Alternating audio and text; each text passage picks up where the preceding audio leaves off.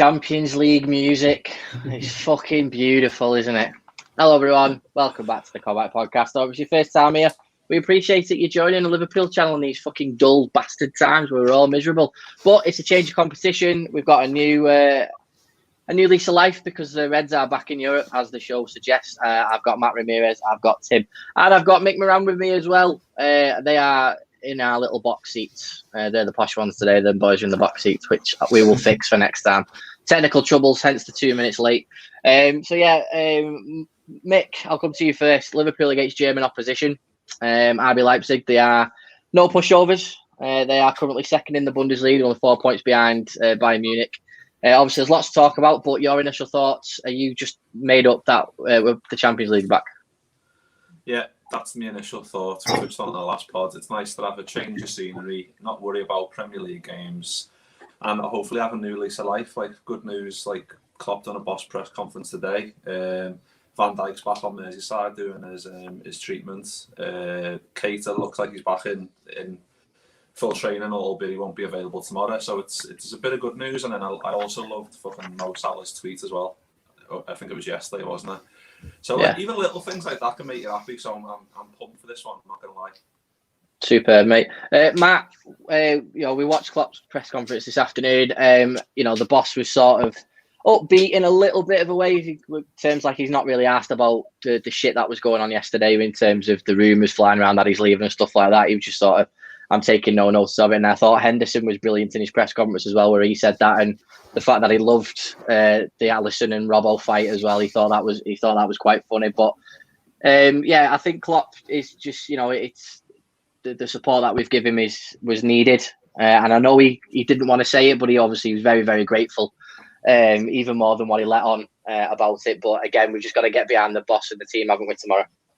Can't believe we have to talk about this, to be honest. Like, it's mad how vocal the minority of Liverpool fans can be that actually want him, not fans that want him gone.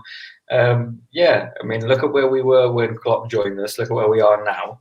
Take everything that's happened to the squad into consideration, and no wonder we're in the position we're in. So, yeah, get behind Klopp as per usual, and no doubt that when everyone's back fit, use the season to reset, and next season, let's see where those how loud those minority are being.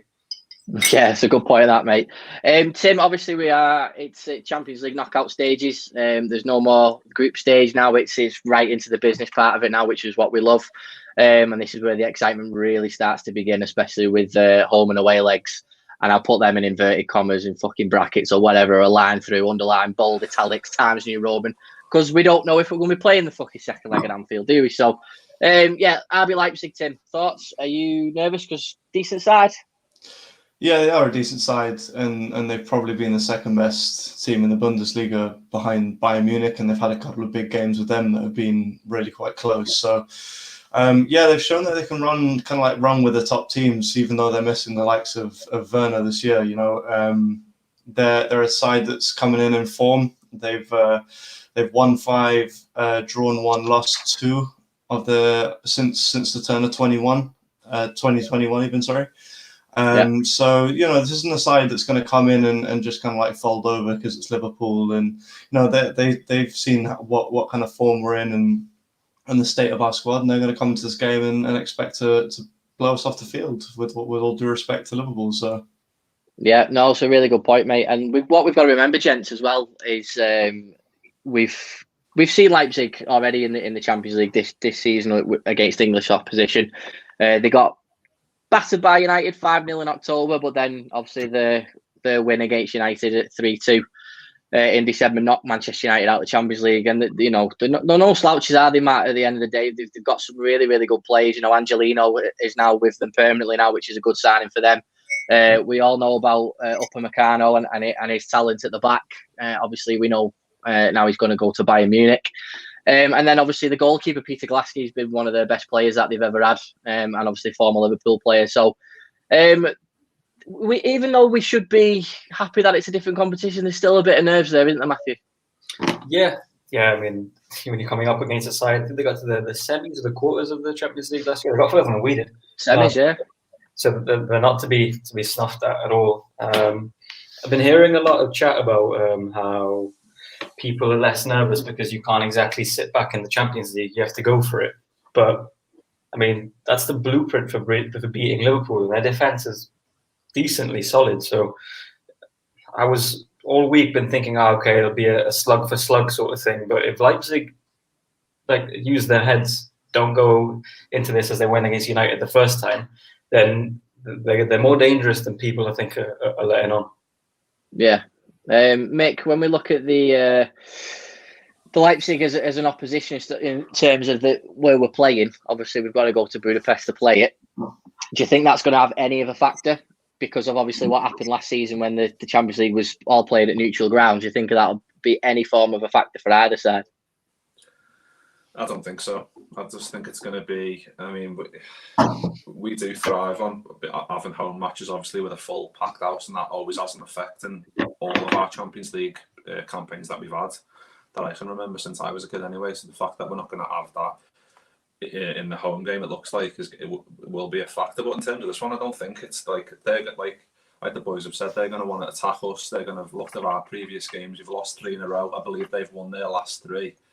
So it's kind of like form team coming up against a team that's not very much in form, albeit we have played well in the games we've lost, and it's a bit frustrating when it's all doom and gloom. And we played well in the games we have lost. We just had one moment where it's gone to shit, and then we've just absolutely shit our pants, and then the rest of the game's gone. And it's just happens consistently. So I'm hoping, like I said, a fresh competition. On neutral ground, we've got nothing to lose. We've had a bit of good news with Van Dijk and Keita and people coming back. So I'm hoping that'll go towards a big performance tomorrow and to make a statement. Yeah, absolutely. Tim, I want to pick up what Mick just said there about when we've been 1 goal ahead and we've shit our pants and we just capitulated in one way or the other. We can't really do that, can we, tomorrow? Because it's an aggregate game. The goals count in both games. We can't really afford to be fucking up like that, can we? Because it isn't a group stage Champions League tie. It's not the case of, all right, well, we've been fucking beaten. We'll just try and pick up points from somewhere else to get out the group stage. We can't afford any of that now, can we? If we are going to turn it around, Mick's right. This is the moment to do it, isn't it? Yeah, and funnily enough, I think this team plays a very similar style of football to Leicester.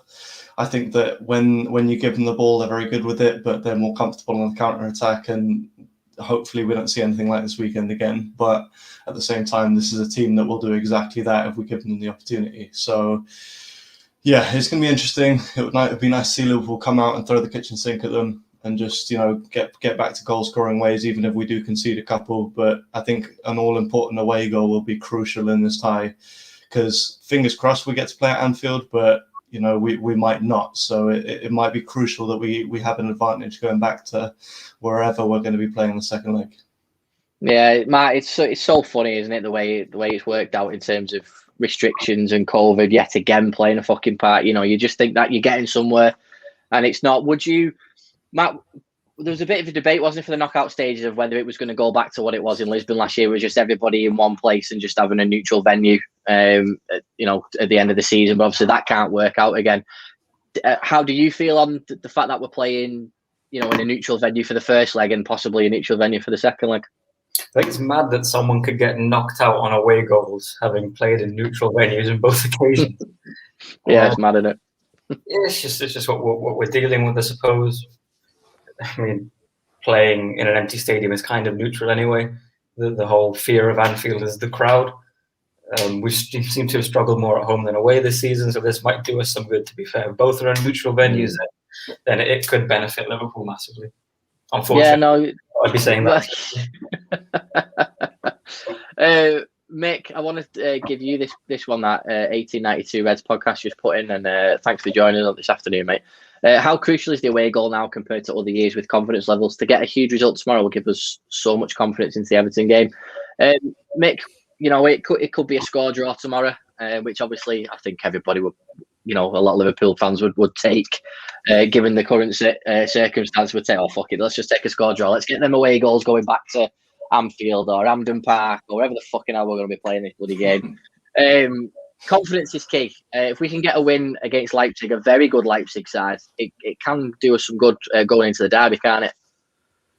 It can be huge, and it can prove just how fast footy is. Because if we win tomorrow, and then we go into the derby with a bit of confidence, and we end up winning that as well, you look back on this week, and then we've got a bit of momentum there, and especially with likes of Fabinho and Keita close to coming back, Yotta's close to coming back as well. Potter, come on, say it properly.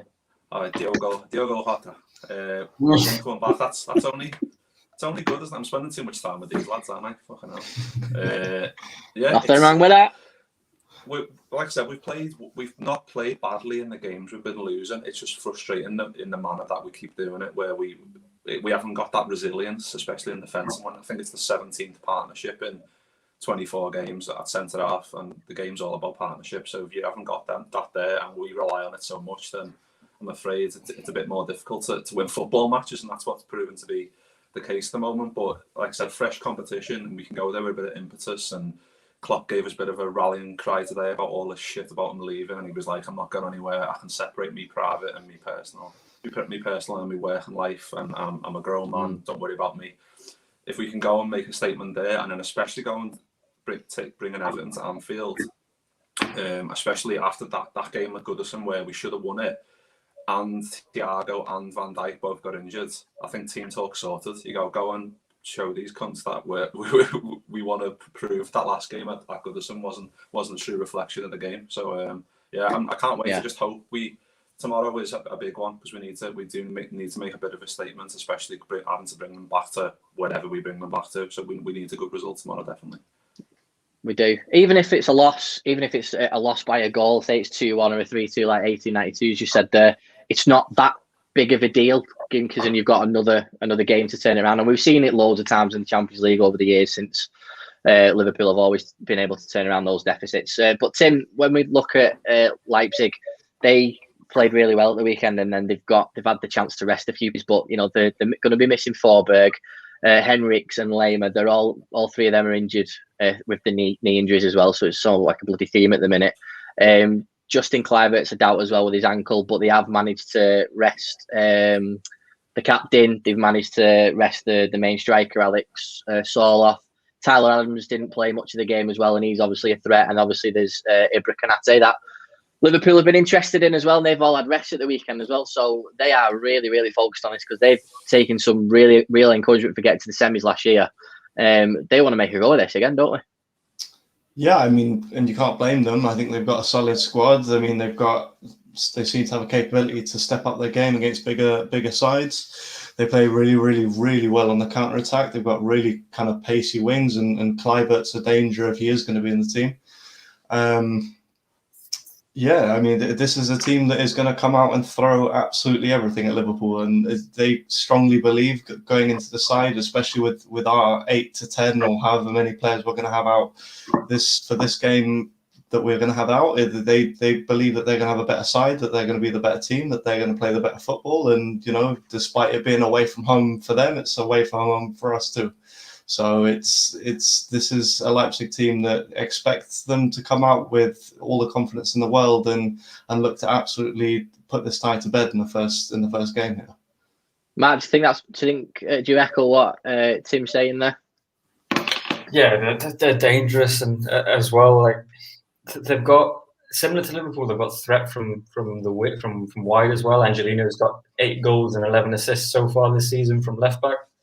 Yeah, which is when you think of Trent, because he'll be on Trent's wing.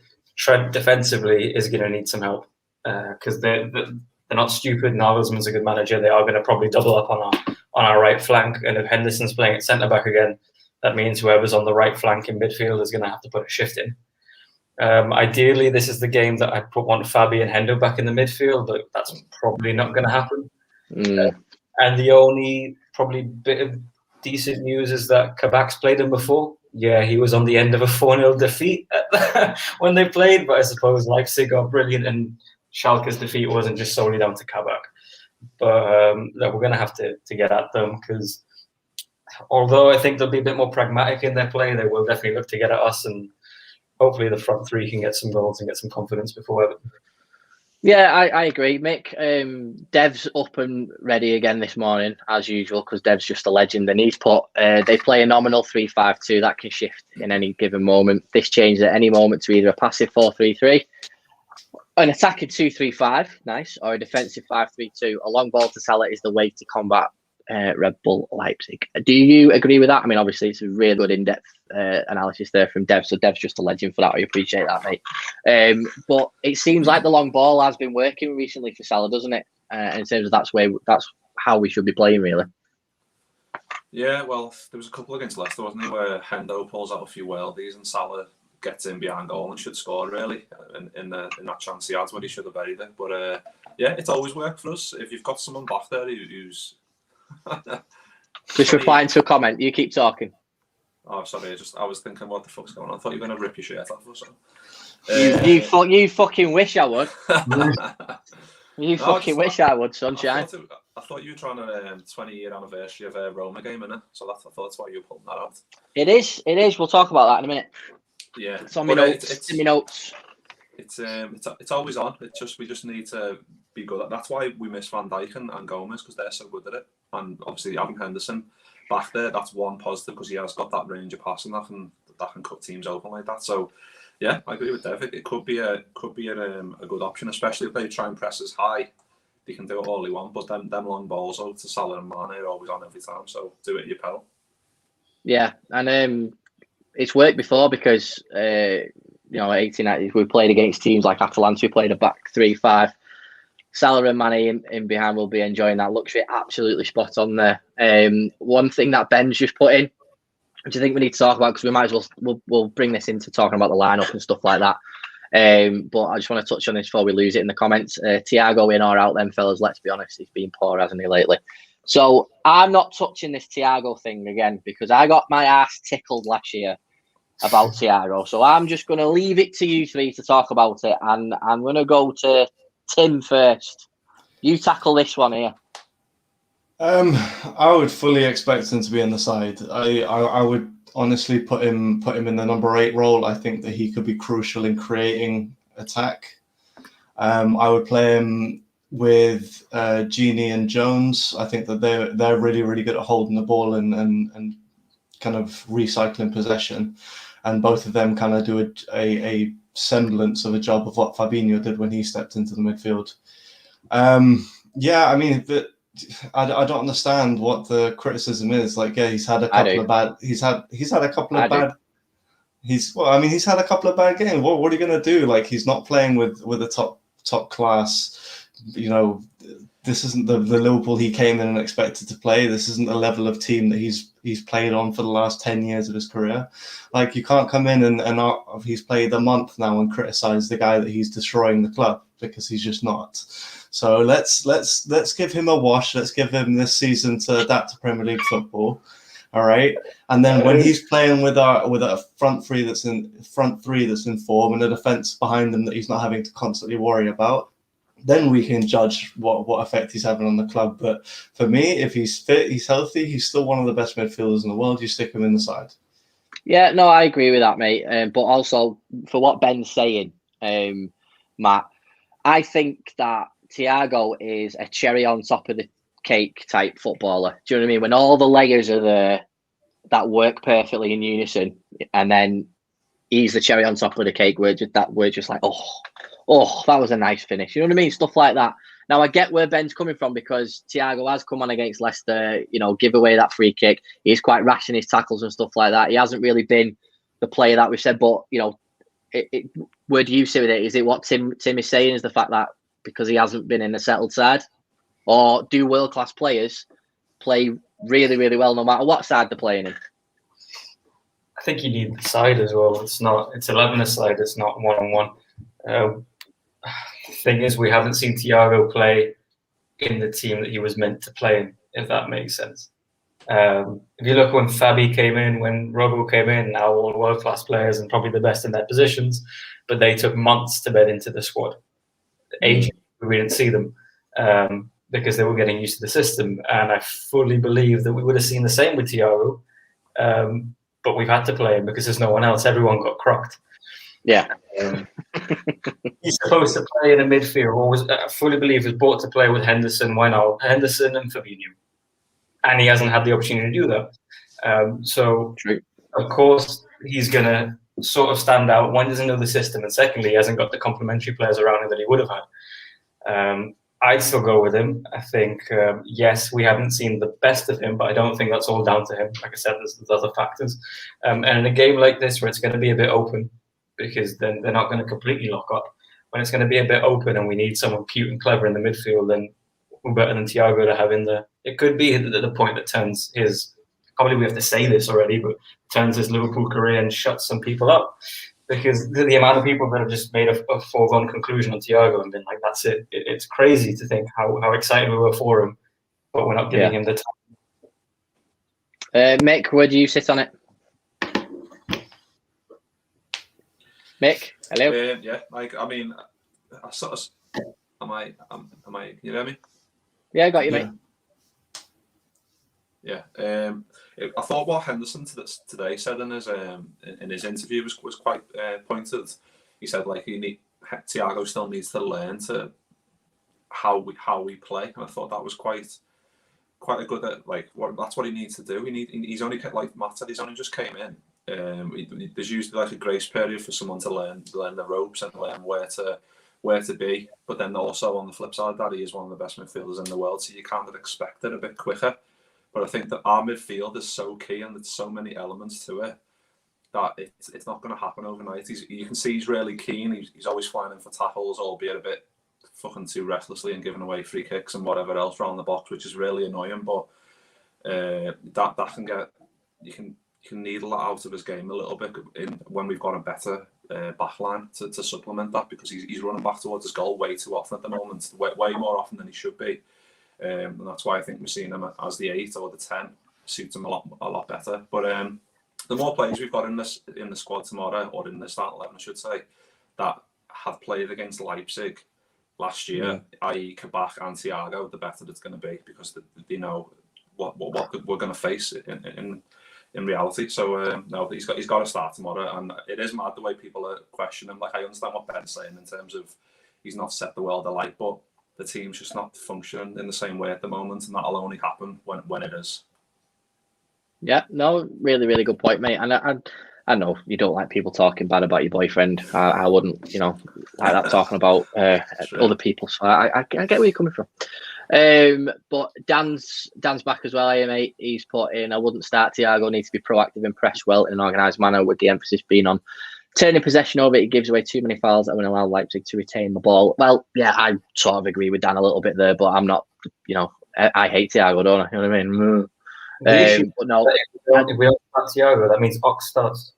Because everyone this is the thing, Matt. No, Matt, you're absolutely spot on, mate. Because who do we put in play now? I would have Thiago in my midfield every week, because I think even when because he said everything, didn't it, about Diox's development in the minute, because he was fully fit against Leicester, and when Milner went off injured, Thiago came on, and it said in the presser before the game that Thiago wasn't fully fit, but he still came on and played the majority of the game instead of the Ox, and that says everything. And that's what just says everything about Thiago's ability. He's that good, and I think he's definitely one of them players where, okay, he can have a bad couple of games, but we're now moving into the Champions League now, and Thiago's going to be playing in the Champions League for Liverpool, which obviously a competition that he knows very well.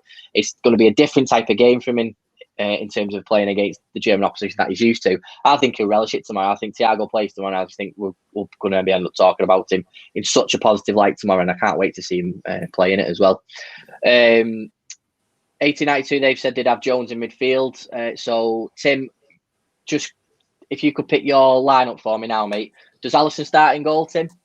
Oh, 100%. 100%. You gotta. Fucking hell, Well, we laugh. I mean, he's the guy who will be next. Oh, we need to replace him. Yeah, exactly. You can't doubt it. He'll be the next guy in line to blame. Alisson, Trent, Kabak, Hendo, Robertson, Gini, Jones, Thiago, and the front three. And I'm just wrong with it. We played well for 75 minutes against Leicester. We put in a performance and put away our chances. and we played the same fashion. This we could wrap this tie up in the first game. This is a Leipzig team that, as much as they're good for scoring goals, they can concede in bunches too, just like we can at the moment. So I think we go back to the type of football we played initially under Klopp, and we just kind of try and put as many past them as possible at this point. Fair enough. Matt, line up for you? Same as Tim. Exactly the same as Tim. I don't think Fabi's back, is he? Don't think so. Then Hendo at the back, yeah. And then it'd have to be a midfield of Jones, Thiago, and Gini, because that's all we've got. Because they don't want to start Ox. Milner's out, Naby's out, Hendo's at the back. So, yeah, I think that's as strong as we can go. There's creativity in the midfield, a bit of bite as well. So that should hopefully sort us out. Mick, anything different to the lads? No, see above, exact same. It picks itself, to be honest. Yeah, like Millie's out, so and obviously it would have been good if he could have played tomorrow. But Jones has proved when he's started and been took off, there's been a noticeable difference. And when he's come on, he's been proactive and created stuff for us. So yeah, I love seeing him in the team because he's adding that pressing part to his game as well, which I noticed against Leicester. He wasn't just half jogging; he was chasing stuff down and making it difficult for the opposition and chasing second balls. So if he does that again tomorrow against a really good Leipzig side, I think he'll have a key game for us tomorrow. Absolutely. Ben, yeah, definitely, mate. I'd have Origi all day, 100%. Just Origi. Just Origi on his own, absolutely. I don't see anything different to what you boys have said there, really. I think Klopp will play it safe at centre-half. I say safe, you know what I mean? It's fucking unreal, but you're talking Hendo and Kabak at the back, aren't you? But, the lads in the comments, they've said a few different things. A partnership of Kabak and Phillips. Again, I wouldn't be disappointed to see that. Dan said the exact same thing. He said he'd have Phillips and Kabak. Again, it's a shout, isn't it? Because anything we could do to get Henderson in midfield, Mick, and I just feel that there should be a trigger that he pulls at some point to just go, right, I'm going to have to get Henderson in the middle. Is this the time to do it? I don't know. If Fabinho was fit, then maybe, because he would have went Fabinho and Kabak and then put Hendo back into midfield, and then we'd look a lot stronger, didn't it? But I don't see it happening. I mean, I think Davis was in training as well today, wasn't he? Ben Davis is back, so he's gonna, like you said, he's gonna have to do it at some point. He's just gonna have to go Kabak and Davis, and then flood the midfield with our best players, and then front three, and then play as close to Cap as we can to the original lineup that we all know picks itself every week when we've got Van Dijk and Gomez in there. So if we've got two centre halves in there, and then the midfield is the same as it usually is, then it can be as close as to what the usual Liverpool team is, albeit we don't know how good Ben Davis is yet. We haven't got a fucking clue. Well, I haven't anyway. No, I haven't. Well, let's not pretend that we watched Preston in the Championship. No offence, but let's not pretend that we do.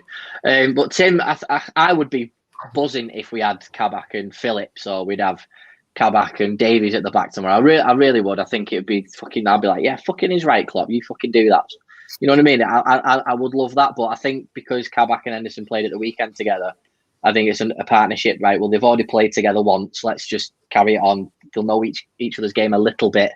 Tim, I agree with you. I don't see any partnership apart from Kabak and Hendo, and it's still good enough to win the game. I think. Do you?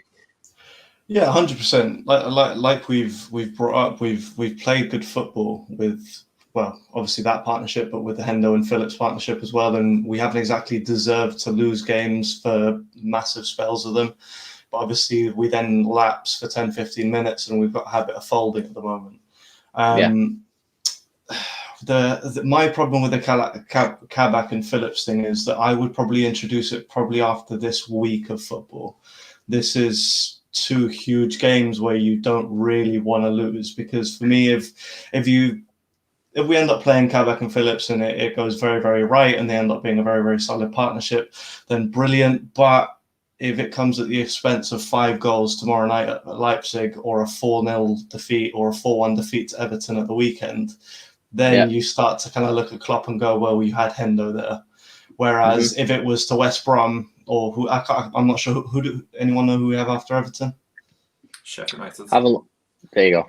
Sheffield United, where you go, all right, well, we kind of got some room to toy around here, because even though they've been in decent form recently, it's not a massive game for the club, whereas Everton on the weekend is. And obviously, any game in Europe is massive for the club.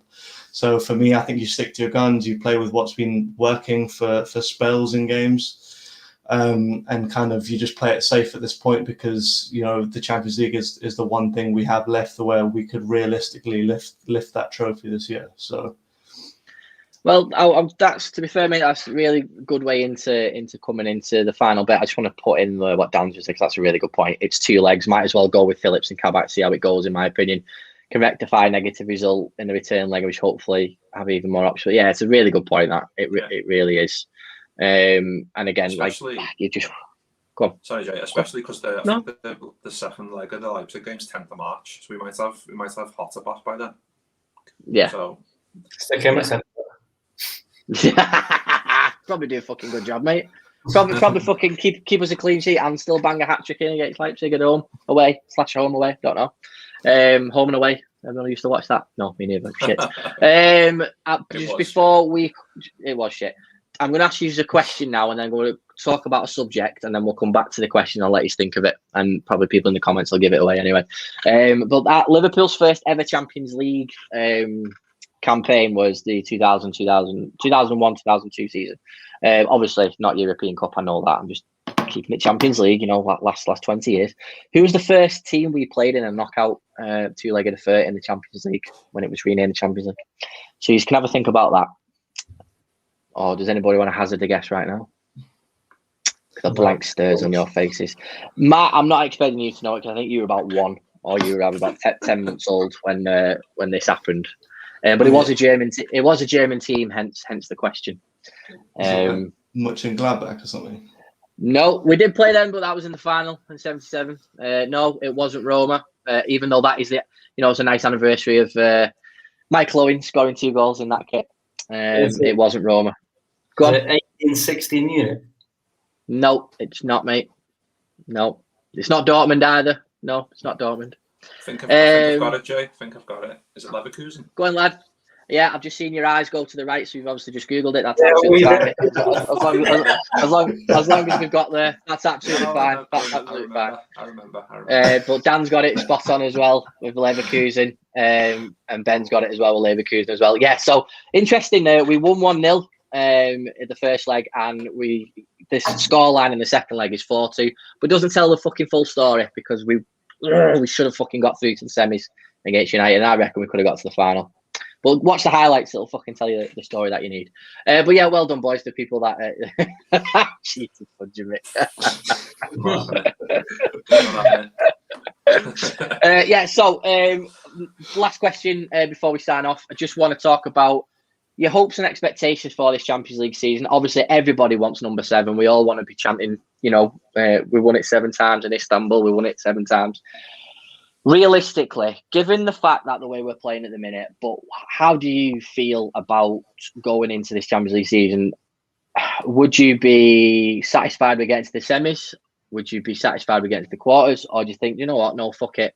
We get this right early in these 2 legs, get this confidence up, and this can be 2 one-off games in these knockout ties. We could fucking do this.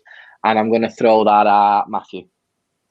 I think we can do it. When we're on it, Liverpool are pretty hard to stop. It's hard to look past how we're playing at the moment. Now, how we're playing at the moment, I'd say let's just make sure that we go out fighting and don't go out with 7-0 on aggregate, which at the moment is very possible. But there's time to come back from it. It's literally 1 game until we have a whole host of players back from injury, and then it's the second leg. And once everyone's back, there's time to rotate. The team can get a groove going. Then we're hard to beat over 2 legs. We're not easy to beat. You can't beat Liverpool just by showing up, even though some teams have this season. Fair enough, mate. I agree with Ian Thompson. We'll get to the final, then Virgil bag a hat trick of corners. Love it. I'll be happy if Virgil we get to the final, we win it, and he comes on in his full kit. Just fucking lift the trophy, won't give a shit. I'd have that. Do a John Terry. Quiet though, if Van Dijk comes back, keeps it really quiet, and then all of a sudden he's just in the team sheet. Yeah, it's interesting, isn't it, when he's been added to the Champions League squad? So you never know. I think it's quite an interesting one, that. But I'm not even going to pick at that because I don't even want to get excited because I don't get many rises down below, so I have to fucking count them when they happen. So I'm not even going to do it.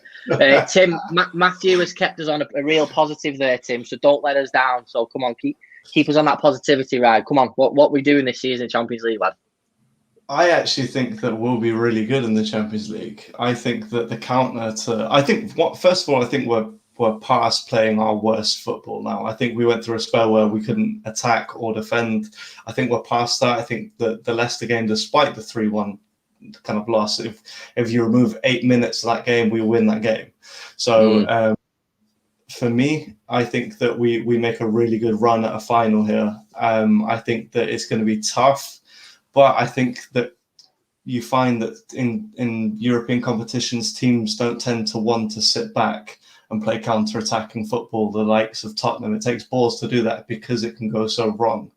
So I think that you'll find that a lot of the teams that Liverpool will play against, if they do go through, will want to play attacking football and try and believe that they have the quality to exploit our kind of like back line. So I think that it falls into our hands and it falls into the way that we're going to want to play.